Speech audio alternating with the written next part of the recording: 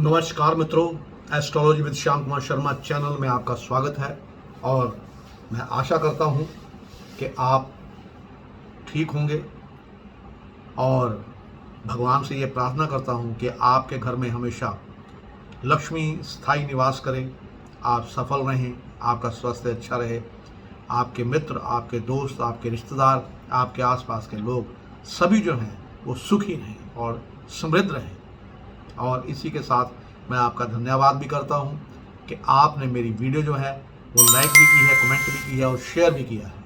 मित्रों, बस प्रार्थना एक ही है कि आप मेरे चैनल को जो है एस्ट्रोलॉजी विद श्याम कुमार शर्मा को सब्सक्राइब ज़रूर कीजिए, ताकि हमारा जो परिवार है और बड़ा होता जाए और हम अच्छी से अच्छी वीडियो जो ज्योतिष से संबंधित हैं वो आपके लिए लाने में सक्षम होते रहें। चलिए शुरू करते हैं। मित्रों, एक बात है, अब क्या होता है कि किस्मत जो है आदमी की बहुत बड़ी चीज़ होती है। जो किस्मत है, कहते हैं कि भगवान ने जो लिख दिया वो सब कुछ जो है आपको वही मिलेगा इस जिंदगी में।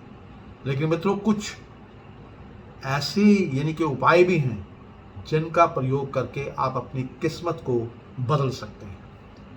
आज हम इसी विषय पर जो है आपसे चर्चा करेंगे और आपको वो उपाय बताएंगे जो आपकी किस्मत को बदल के रखने में सक्षम है।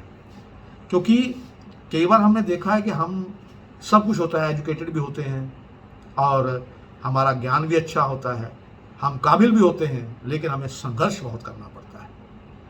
संघर्ष करने से क्या होता है कि किस्मत आपकी कई बार बिल्कुल साथ नहीं देती, काम आपका बिल्कुल बना हुआ होता है फिर भी बिगड़ जाता है और दुर्भाग्य आपका निरंतर जो है वो पीछा करता रहता है। ऐसा लगता है कि जैसे आपकी किस्मत आपसे रूठ गई हो। ऐसा क्यों होता है? आपके लक्ष्य, आपके कारोबार, इस सब में आपको परेशानियों का सामना करना पड़ता है। और अगर इन परेशानियों से आपका पीछा नहीं छूट रहा तो आपको क्या है कि ज्योतिष शास्त्र एक ऐसा शास्त्र है जो इसमें आपकी काफ़ी मदद कर सकता है और आप ज्योतिष शास्त्र के सहायता से जो अपने बिगड़े हुए भाग्य को भी चमकाने में कामयाब हो सकते हैं। हम आपको कुछ उपाय आज बताएंगे जिससे जो है आपकी किस्मत जरूर बदलेगी और आप सफलता जो है जिंदगी में जरूर अर्जित करेंगे। मैं ये नहीं कहता कि आप मेहनत करना छोड़ दिए, मेहनत कीजिए, लेकिन साथ साथ इन उपायों को भी कीजिए, फिर देखिए कमाल। और आप जो हैं मानेंगे इस बात को कि इन उपायों को करने के बाद आपकी जो किस्मत है उसमें बदलाव जो है वो 100% आया है। सबसे पहले आपने करना है, सर्वप्रथम क्या करना है आपने मित्रों, जब भी आप सुबह उठें सबसे पहले अपनी हथेलियों को देखें। हथेलियों को देखने बाद उसके बाद उन हथेलियों को 3 बार अपनी आंखों पे ऐसे ऐसे फिराएं, ऐसे हाथों को अपने फिराएं और फिर एक बार देख के और फिर आप जो है अपना नित्य कर्म जो है उसको करिए। उसके बाद आप स्नान कीजिए। स्नान करके भगवान सूर्यदेव की आप पूजा कीजिए। उन सूर्यदेव को, भगवान सूर्यदेव को नमन कीजिए और एक तांबे के पात्र में फूलों के साथ जल भर के सूर्यदेव को 3 बार आपने जल अर्पित करना है। और जब जल अर्पित आपने करना है तो उसमें बीच में से जो जल गिरेगा उसके बीच में से जो सूर्य भगवान है उनके दर्शन करने हैं मित्रों। और ऐसा करने से क्या होगा, आपके मन को शांति मिलेगी और आपका स्वभाव जो है वो भी बदलेगा और आप अपने लक्ष्य के प्रति अग्रसर होते जाएंगे और किस्मत बदलने के लिए आप तैयार हैं। आप किस्मत जो है वो बदलना शुरू हो जाएगी। अब मित्रों, ये जो है ये मैंने आपको बताया।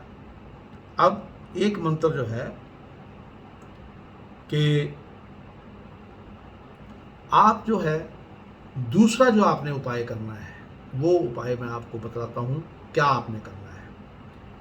केले के पत्ते पर 1 नींबू रख लेना है, 7 मिर्चें रख लेनी है, 7 लड्डू रख लेने हैं, 2 बत्तियां रख लेनी हैं, 2 लौंग, 2 बड़ी इलायची, इनको रख लीजिए और फिर आप उसे रात के 12 बजे किसी चौराहे पर रख के आइए मित्रों।